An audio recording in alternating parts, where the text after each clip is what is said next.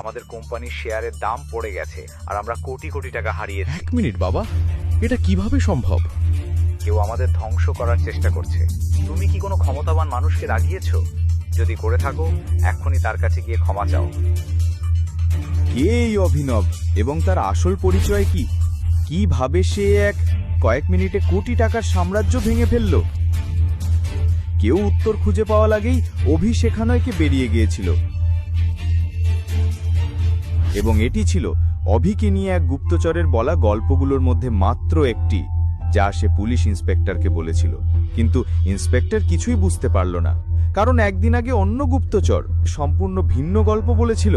আর সেই গল্পই বৈভবী গরিব মেয়ে নয়, বরং ধনী, যে সবসময় অভিকে অপমান করত। এই স্ক্র্যাপ ডিলারকে আমার সঙ্গে জড়িও না, আর আমার বয়ফ্রেন্ড নিয়ে ভুলে যাও।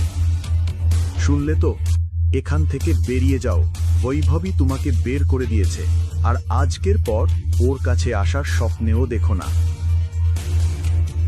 বৈভবী, আমার কথা শোনো।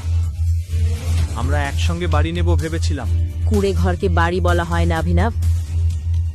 এখান থেকে বেরিয়ে যাও।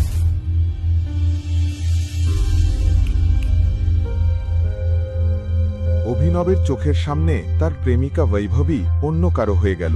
সে বিশ্বাসই করতে পারছিল না যে বৈভবী টাকা পয়সার জন্য তাকে বিশ্বাসঘাতকতা করতে পারে। তার বুকের ভেতর ব্যথায় ফেটে যাচ্ছিল। অভিনব সারা রাত রাস্তায় বসে মদ খেয়ে নিজের ভাগ্যকে গালাগাল দিচ্ছিল। হে ভগবান, তুমি যদি আমাকে মেরে ফেলতে সেটাই ভালো হতো। অভিনব ছিল নির্ঘুম এবং মাতাল। সে প্রায় এক গাড়ির সামনে চলে যাচ্ছিল, তখন গাড়ির চালক ব্রেক কষল। সেই গাড়িতে বসেছিল সানি সিং, গুড়গাঁওয়ের এক ধনী প্লেবয়।